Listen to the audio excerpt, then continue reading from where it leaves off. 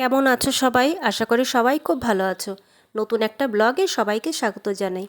আজকে রবিবার আর এখন সকাল 6:30 বাজে। সেই 5:30টায় ঘুম থেকে উঠবো বলে অ্যালার্ম দিয়ে রেখেছিলাম, কিন্তু 5:30টায় উঠতে পারিনি। উঠতে উঠতে প্রায় 6টার কাছাকাছি, 6টা না, 5-7 মিনিট বাকি ছিল, তেমন সময় ঘুম থেকে উঠেছি। স্কুল থাকলে তো এরকম সময় উঠি, তো স্কুল নেই, সিজার পরীক্ষা চলছে, তো আমি যত তাড়াতাড়ি ঘুম থেকে উঠতে পারবো ওর পড়াটা একটু তত তাড়াতাড়ি করে হবে, তো ওই জন্যেই সকাল সকাল ওঠা। তো এখন চলে এসেছি ঠাকুর ঘরে গোপাল জাগাতে। গোপাল জাগিয়েই তারপরে দিনটা শুরু করব। বাসি কাজকর্ম টুকটাক হয়েছে, এখনও সব কিছু বাকি। তো আগে এই সব কিছু করেই তারপরে ছাদে যাব। তোমরা তো জানোই যে ছাদে গাছ রয়েছে, পাখি রয়েছে, সেই সবের কিছু কাজকর্ম আমার থাকে। তো সেই সবগুলো করে তারপরে নিচে গিয়ে একটু টুকিটাকি কোনো কিছু খেয়েটে সিজাকে ডাকবো। ও এখনও ঘুমোচ্ছে, মানে ওকে ডাকতে ডাকতে 7:30 এরকম বাজবে। আর ডাকার সঙ্গে সঙ্গে তখন তো আর উঠবে না, উঠতে একটু দেরিই হবে ওর, আরও 5-7 মিনিট লাগবে উঠতে। তো ইচ্ছে আছে 8টা থেকেই পড়ানো শুরু করার, মানে ও পড়ে, আমি পাশে বসে থাকি, এই আর কি। তো এখন ছাদে চলে এসেছি, তো দেখো কত ফুল হয়েছে গাছে।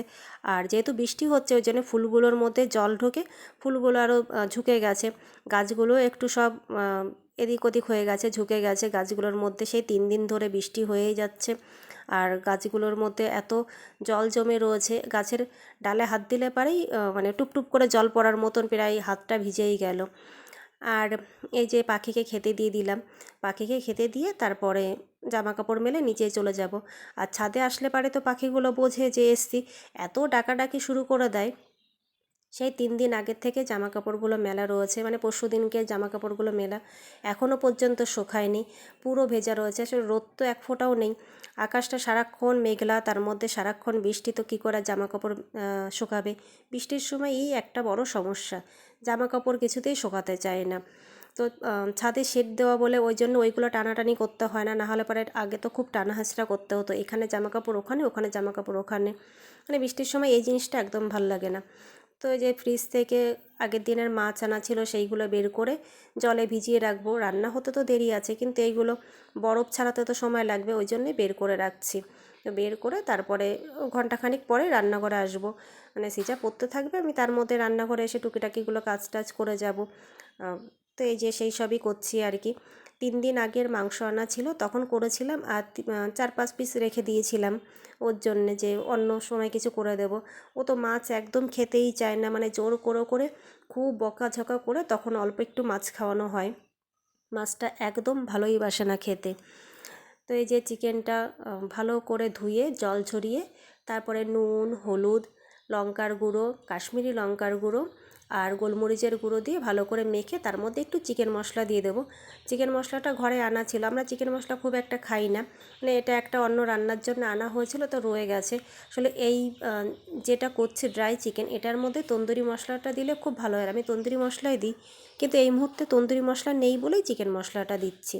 তো এই যে এই চিকেন মশলাটাই, তো এটা রয়েছে বলে দিয়ে দিচ্ছি, দিয়ে ভালো করে মেখে তার মধ্যে সাদা তেল দিয়ে মেখে কিছুক্ষণ রেখে দেবো, প্রায় ঘন্টাখানিক মতন রেখে দেবো। তো এটা রাখা থাকলে পরে অনেকটা নরমও হয়ে যাবে, আর খুব কম আঁচে সময় ধরে ভাজতে হবে, যেহেতু জল দেবো না, তো ওই জন্যে সময় ধরে কম আঁচেই ভাজতে হবে, তাহলেই নরম হবে। তো দেখো মেখে এবার রেখে দিলাম। দোকানে কিন্তু এইগুলোর মধ্যে একটুখানি যখন ফুড কালার দিয়ে দেয় তখন পুরো লুকটা অন্যরকম হয়ে যায়। তো আমারটা ফুড কালার ছাড়াও কাশ্মীরি লঙ্কার গুঁড়ো বা এমনি লঙ্কার গুঁড়ো দেওয়াতে কিন্তু খুব ভালো কালার এসছে।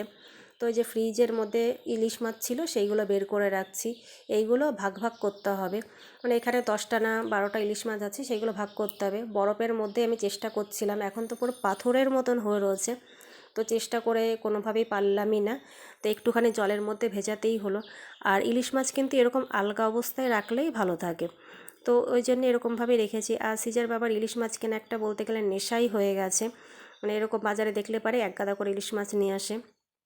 তো চিকেনটা প্রায় 1 ঘন্টা মতন হয়ে গেছে মাখানো, উপর দিয়ে একটুখানি আমি আদা গ্রেট করে দিলাম। এবার কড়াইতে একটুখানি বাটার, অল্প একটু সাদা তেল দিয়ে এগুলো ভাজতে দেবো। তো সবগুলো দিয়ে তারপরে ঢেকে দেবো একদম কম আঁচ করে, হতে প্রায় 10-15 মিনিট সময় লাগবে, যেহেতু কম আঁচে হবে তো ওই জন্য 10-15 মিনিট সময় লাগবে। তো দেখো যে উল্টে দিচ্ছি মাঝখানে। আর লেগের পিসগুলো দেখে হয়তো বুঝতেই পারছো যে কতটা সফট হয়েছে, কতটা নরম হয়ে গেছে, লেগগুলো থেকে খুলে খুলে আসছে। আর এটা না গরম থাকলে পারে খুব নরম থাকে, যখনই ঠান্ডা হয়ে যাবে তখনই আবার অনেকটাই শক্ত হয়ে যায়। তো ওই জন্যে চেষ্টাই করতে হয় যে একটু গরম গরম খাওয়ার।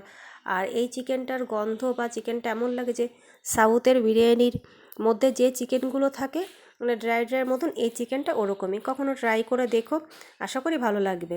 বাচ্চাদের তো এটা খুবই ভালো লাগে, বড়োদেরও মানে যারা চিকেন ভালো খায় তাদের ভালোই লাগবে। তো ট্রাই করে দেখতে পারো। কেউ যদি ট্রাই করো তো ট্রাই করে অবশ্যই বলো যে কেমন লেগেছে। তো এখন বিকাল হয়ে গেছে, এখন যাচ্ছি সিজার নাচের ক্লাসে। তো বৃষ্টি পড়ছে, কিন্তু বৃষ্টির মধ্যে তাও যেতে হবে। সামনের সপ্তাহে আর যাব না, ওই জন্যে এই সপ্তাহে বৃষ্টির মধ্যেও যাচ্ছি। নাচের ক্লাস শেষ হয়ে এখন আমরা বাড়ির দিকে আসছি। তো আস্তে আস্তে একটু জুতোর দোকানে ঢুকলাম, দাদার মেয়ের জন্য একটা জুতো কিনবো। জামা কেনা হয়েছে, তো জুতো এখনও কেনা হয়নি। তো ভাবলাম যে জামার সঙ্গে ম্যাচিং করে একটা জুতো দিয়ে দিই, তো ওই জন্যই জুতোর দোকানে এসছি। তো দেখো কত জুতো। তো বাড়িতে এসে জুতোটা আবার খুলে দেখলাম, এটা পুরোপুরি সিজার পছন্দে কেনা।